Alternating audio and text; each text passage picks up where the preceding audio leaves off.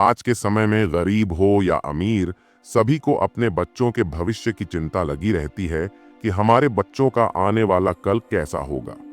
यह कहानी हमें सिखाती है कि मेहनत और एकता से किसी भी कठिनाई को आसान किया जा सकता है।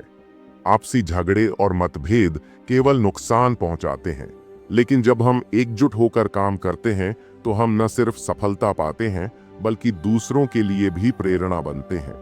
इसी टॉपिक पर आज आपके लिए पेश है एक अनोखी रोचक कहानी। उम्मीद है आप लोगों को पसंद आएगी, और अगर पसंद आए तो अपने दोस्तों में अवश्य शेयर करें।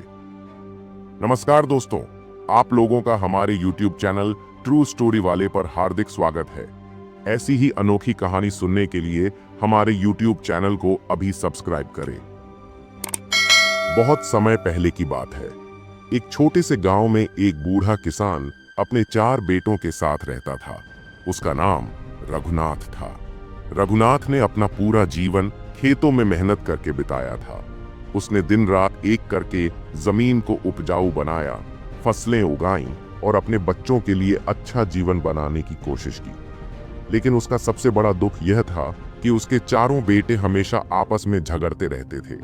वे एक दूसरे से जलते थे, एक दूसरे की मदद करने के बजाय एक दूसरे की गलती निकालते रहते। कोई काम हो, चाहे खेत की जुताई करनी हो या घर का काम, वे मिलकर कभी कुछ नहीं करते थे। रघुनाथ बहुत दुखी रहता था। वह जानता था कि अगर उसके बेटे इसी तरह झगड़ते रहे तो वह दिन दूर नहीं जब उसकी सारी मेहनत और संपत्ति नष्ट हो जाएगी। वह उन्हें समझाता, कहानियां सुनाता, एकता का महत्व समझाता, लेकिन सब कुछ बेकार जाता। समय बीतता गया। किसान अब बूढ़ा हो चुका था। उसकी सेहत दिन ब दिन गिरती जा रही थी। एक रात वह बहुत देर तक सोचता रहा। फिर उसे एक उपाय सूझा। उसने तय किया कि अब वह अपने बेटों को एक ऐसा सबक देगा जिसे वे कभी न भूल पाए। अगले दिन सुबह उसने अपने 4 बेटों को बुलाया। बेटे कुछ नाराजगी के साथ आए, क्योंकि वे फिर सोच रहे थे कि पिता उन्हें कोई उपदेश देंगे। लेकिन रघुनाथ के हाथ में इस बार लकड़ियों का एक बंडल था। उसने कहा, बेटा, मैं चाहता हूं कि तुम सब एक एक करके इस लकड़ी के बंडल को तोड़ने की कोशिश करो। सबसे बड़े बेटे ने बंडल उठाया और जोर लगाया, लेकिन बंडल नहीं टूटा। फिर दूसरा, तीसरा और चौथा बेटा भी कोशिश करता गया, लेकिन कोई भी उस बंडल को नहीं तोड़ पाया। अब रघुनाथ ने मुस्कुराते हुए बंडल की रस्सी खोली और लकड़ियों को अलग अलग कर दिया। फिर उसने कहा, अब इन लकड़ियों को एक एक करके तोड़ो। इस बार 4 बेटों ने आसानी से एक एक लकड़ी तोड़ दी।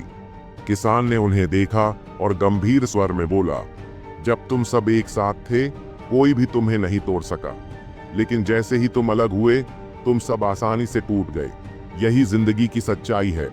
जब तक तुम एक रहोगे कोई तुम्हारा कुछ नहीं बिगाड़ सकता, लेकिन अगर तुम अलग हो गए तो एक एक करके टूट जाओगे। बेटों को पहली बार पिता की बातों का गहरा अर्थ समझ में आया। वे शर्मिंदा हो गए। सबसे बड़े बेटे ने कहा, पिताजी, हमने आपकी बातों को कभी गंभीरता से नहीं लिया, लेकिन आज हमें समझ आया कि आपने हमेशा हमारे भले के लिए कहा। हमें माफ कर दीजिए। बाकी तीनों बेटों ने भी सिर झुकाकर माफी मांगी। उन्होंने एक दूसरे से भी गले मिलकर माफी मांगी और वादा किया कि अब से वे एकजुट रहेंगे, साथ मिलकर काम करेंगे। उस दिन से 4 भाई एक हो गए। अब वे मिलकर खेतों में मेहनत करने लगे। वे सुबह जल्दी उठते, खेत जोतते, बीज बोते, सिंचाई करते और हर काम में एक दूसरे का साथ देते। उनका खेत अब और भी ज्यादा फसल देने लगा। गांव वाले भी अब उनकी मिसाल देने लगे। जहां पहले लोग कहते थे कि रघुनाथ के बेटे तो बिगड़े हुए हैं, अब वे कहते थे, देखो, एकता से क्या कुछ नहीं हो सकता। रघुनाथ ने अपने बेटों को इस तरह मेहनत करते देखा और उसकी आंखों में खुशी के आंसू आ गए। वह अब निश्चिंत था।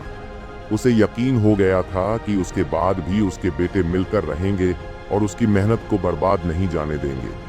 कुछ वर्षों बाद जब रघुनाथ इस दुनिया से चला गया तो उसके बेटों ने मिलकर उसकी जमीन और विरासत को और भी आगे बढ़ाया। उन्होंने अपने पिता की शिक्षा को अपने बच्चों में भी उतारा, और इस तरह एक बूढ़े किसान की एक छोटी सी सीख ने एक पूरे परिवार की किस्मत बदल दी। अगर कहानी पसंद आई हो तो अपने दोस्तों में अवश्य शेयर करें और कहानी कैसी लगी ये कमेंट करना न भूलें। धन्यवाद।